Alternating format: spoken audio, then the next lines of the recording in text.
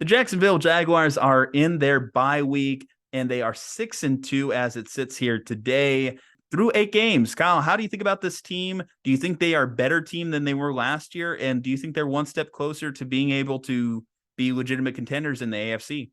I am so impressed by the Jacksonville Jaguars. Can I just start off by saying that I am so impressed by the Jaguars? And part of why I'm impressed by them is that they've won 5 games in a row and that they have the 7th-ranked offense in the NFL going back to after the first two. They lost 2 games early in the year. So during the 5-game winning streak, they have the 7th-ranked offense in the NFL, but also because that entire game against the Pittsburgh Steelers, I kept saying in my head, Mike Tomlin's going to find some bullshit way to win this game, right? Like the Jaguars spent the whole game in Pittsburgh territory. Pittsburgh had 0 first downs in the first quarter and a half of that game. And I was still like, yeah, it's 9-0, 9-3. Pittsburgh's going to pull out a bullshit win, even though the Jaguars spent the whole game in Pittsburgh territory. But they did not. They did not concede. The Jaguars defeated the Mike Tomlin voodoo magic, and the fact that they beat the Mike Tomlin voodoo magic makes me think that this team is absolutely legitimate and capable of taking down any test in the AFC not named the Kansas City Chiefs. Any other team, they can take them down, but everyone except Kansas City is their game, because I think they are, going back to the start of the win streak last year, I think they're like now 12-1 against non-Kansas City teams and 0-3 against Kansas City teams. So I think that they are good against every team except Kansas City. Yeah, their last loss was a blowout loss to the Houston Texans, 37-17, and that raised a lot of questions about what this Jacksonville Jaguars team was going to be throughout the course of the season. Now, since that time, they took care of business against the Falcons. They managed to get by the Buffalo Bills. Colts demolished them. Saints got a win there. And as you mentioned, they survived the Pittsburgh Steelers and what was shaping up to be a weird weather game as well. Very hazy on the field out there. But they still were able to skate by and get that. I think what a lot of people are kind of like wondering is, has Trevor Lawrence really taken that next step as far as being like an elite level passer? Because when we got Trevor Lawrence into the league, fair or unfair expectations, people looked at him and thought that he was truly going to be that next like Peyton Manning, that next Andrew Luck. And in some respects, he has been a letdown. Like he hasn't been necessarily among that upper echelon. Now, I'm not saying that he doesn't make elite plays from time to time, but I don't think he makes elite plays consistently enough to be considered like an MVP candidate at this point in his career, which at a 6-2 team, you would think that he would be the most important player to this Jaguars offense. I think Travis Etienne in many ways has been the MVP of this offense through the early going here, because what Etienne has brought is a top 5 running back in the league. Like whether he's the best running back in the league, Chris McCaffrey's still up there. Travis Etienne, what he's been doing from a receiving and rushing standpoint, he's the ultimate dual threat, I think, right now in the league. So Trevor Lawrence is only getting in trouble when he throws interceptions. Like everything else Trevor Lawrence is doing is fine. And by the way, I give your mortal enemy Trent Baalke some credit there in Jacksonville, because like they did give him a lot of skill position players. Like the ETN thing I thought was going to flop because he's a running back who tore his knee up, or tore his Achilles, I think it was, in his rookie season and missed No. year. It was a broken foot. I think it was a Linz Frank. Was it a foot? Okay. Foot break? Yeah, but still a concerning injury. Yeah, an injury that missed the whole season in the leg was the thing that I was like, oh, check that box. This is probably not going to go the way they're hoping. That is incorrect. He has been excellent. They revived Evan Engram's career. That has been a remarkable turnaround because he was piss poor garbage with the New York Giants. And granted, his quarterbacks were like Daniel Jones and like Will Grier, but like they did fix Evan Engram, and Calvin Ridley has been a very good receiver. Christian Kirk has been a very good receiver. Zay Jones has been someone they go to. And the thing that helps is Trevor Lawrence is making every throw that you've asked him to, just like he did in college. The only thing that gets him in trouble is the interceptions. We saw that in the playoff game against the Chargers last year. We saw that against Pittsburgh. The reason that game wasn't a 17-point win for the Jaguars is because they fumbled in the red zone, and Lawrence threw an interception that Charles Davis was on the broadcast, and he was like, I think he meant to throw that away. Why would he ever throw it into triple coverage? And it was just one of those dumb Josh Allen moments for him. But every throw that you ask him to make, he can make. Every decision you need him to make, he's making.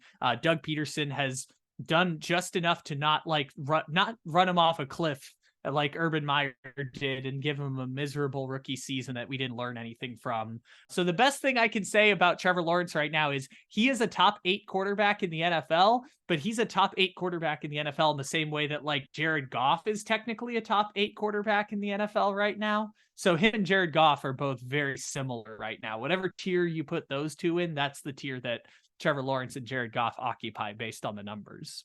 Would it be a disappointment, though, if 5 years later we're looking at Trevor Lawrence and still viewing him as Jared Goff? Maybe. I mean, I think we all hear Jared Goff and we kind of get yucked away by it a little bit, but like Jared Goff has been like a legitimate tier 2 quarterback this year in the NFL. Yeah. So that's kind of the weird space that you occupy. But yeah, Jared Goff was a number 1 overall draft pick, sure, but he was also never considered what Trevor Lawrence was considered coming into the league. So by that respect, I mean, I think most people would think that they'd rather Trevor Lawrence be closer to Justin Herbert or Josh Allen or Patrick Mahomes or Lamar Jackson, not closer to Jared Goff, though, is I guess the point in saying that. Maybe there's room there for improvement, right? Like this isn't the final form the Jaguars are hoping for, right? Like, and this is the thing that I've said about Justin Herbert, who's a very similar quarterback in stature to Lawrence.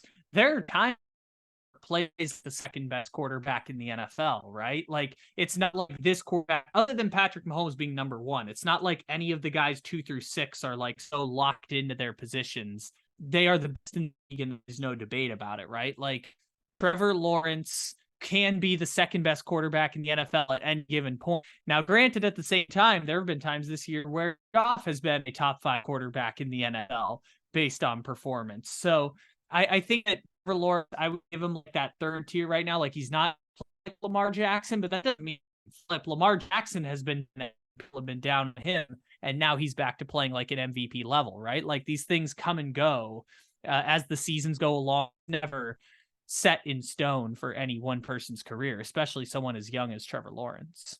How are you feeling about Calvin Ridley? You mentioned him, but in some ways it feels like his season has been disappointing, and maybe this is just coming at it from a poor point of view, coming at it from a fantasy football standpoint.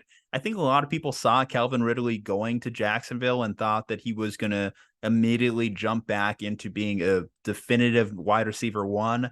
But I've noticed what the Jaguars, it does seem they're more inclined to spread the ball around. As I mentioned, Travis Etienne, he's gained some work in the receiving game. You mentioned a guy like Christian Kirk, Zay Jones, who's been in and out with injury. Those guys are getting some work.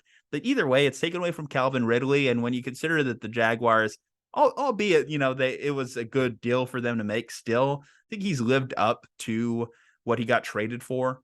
I would say yes. I don't actually know what he got traded for because it was like the most convoluted trade I've ever seen, where it was like if he plays this number of snaps and gets this number of yards, it's a 2nd round pick, or it's a 3rd round pick if he does this, or if he never plays again, it's a 5th round pick. It was like the most convoluted and complicated trade, but it's somewhere between like 2nd round and 5th round pick.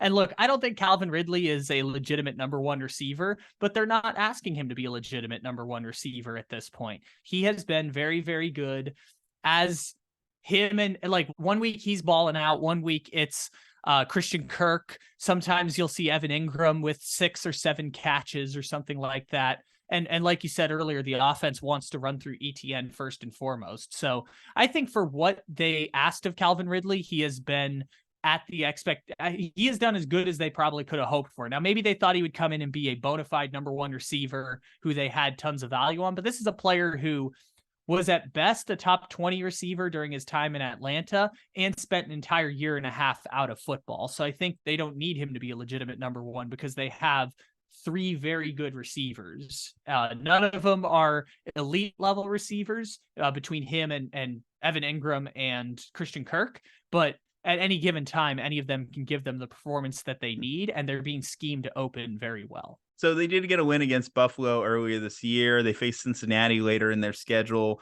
Coming off the bye week, they faced the Niners. That's going to be a good game there. I do think probably the legitimate concern for the Jaguars, you mentioned obviously they've lost to the Chiefs in the playoffs, and the Chiefs back in week 2 where they were only able to put up 9 points, is how they compare against like some of the more upper echelon teams. The Buffalo win, It's not going to take too much away from it, but I would also say there is a certain level of comfortability that the Jaguars seem to have whenever they play in London. And being that they got the benefit of actually back-to-back London games, whereas the Bills still had to travel that week, it does kind of make me look at that game and think that there may be something to be said about that win, that victory there, that they got to stay in London, prepare in London, and the Bills had to travel. So that's not going to be the case once we get into the playoffs, you know? And there was Yeah. some controversy about Buffalo flying in on Friday instead of spending the week in London. There was some whole controversy that Bills fans were upset about when they flew into London and stuff. It doesn't take away from the win. The win's still the win, but I still think that there's some questions that need to be answered when they do match up against equal level competition on neutral fields or in the other team's stadium or just in general back here in the States, right? Back here stateside. So I guess when we go back to a rematch against Buffalo, which Josh Allen do you trust more? The one with 9 sacks or the one that might have 40 touchdowns? Give me 9-sack Josh Allen, man. 9-sack Josh Allen has been excellent for the Jaguars. Even though their defense hasn't been excellent this season, the Jaguars have this nice thing going for them where they have an above average offense and an above average defense. And that's a nice thing to have when you go up against like any of the 3 teams in the AFC that they might have to beat on the way to getting to the AFC Championship. And I'm talking about Baltimore, who, you know, their offense has been top 10 at times, and at times has been a team that scores 10 points against the Steelers team. The Dolphins, who, even though they got Vic Fangio, their defense is awful, just truly, truly awful, and now don't have Javon Holland or Xavier Howard due to injury for the time being, or the Buffalo Bills, as you mentioned, with Josh Allen. And we've talked about what's happened with Buffalo before. Check out some of our other videos talking about that team is really interesting. But any of those 3 teams, the Jaguars can beat them any given week. And that should be exciting for Jacksonville is that match. It's going to be amazing when they play those teams in the playoffs. And given that they play in the pyramid scheme AFC South, they might have to play 2 of those teams in order to get their matchup with Kansas City again in the AFC Championship. But it will be interesting to see them match up against those teams because Jacksonville has a top half of the league offense and a top half of the league defense. Trayvon Walker has been much improved from his jokes about people picking him number 1 over Aiden Hutchinson, and he's been a very fine defensive player. They really need a cornerback. I think if Pat Surtain had been made available by the Broncos, they might have made the all-in trade of going for a Pat Surtain. They definitely need a cornerback. They've been trying to figure that out for a while now, but they've got an above average defense and an above average offense. And that gives you a puncher's chance against any of these teams that are going to come out of the AFC other than Kansas City, because the question then becomes, what's the punch that you can give Kansas City? And to that response, I say, let's worry about that when they get to the AFC Championship game, right? Let's focus on getting to the AFC Championship game first before we focus on what they can do in a road game against Patrick Mahomes. All right, guys. Well, how are you feeling about this Jags team 6-2 in their bye week, leading the AFC South? Do you think that this is the year that the Jacksonville Jaguars get back to at least the AFC Championship game? I'd like to hear your thoughts in the comments section. Leave a like on the video, subscribe to the channel, follow us on all our social medias from Juju and Kyle. Stay safe, happy, and healthy. We'll see you next time.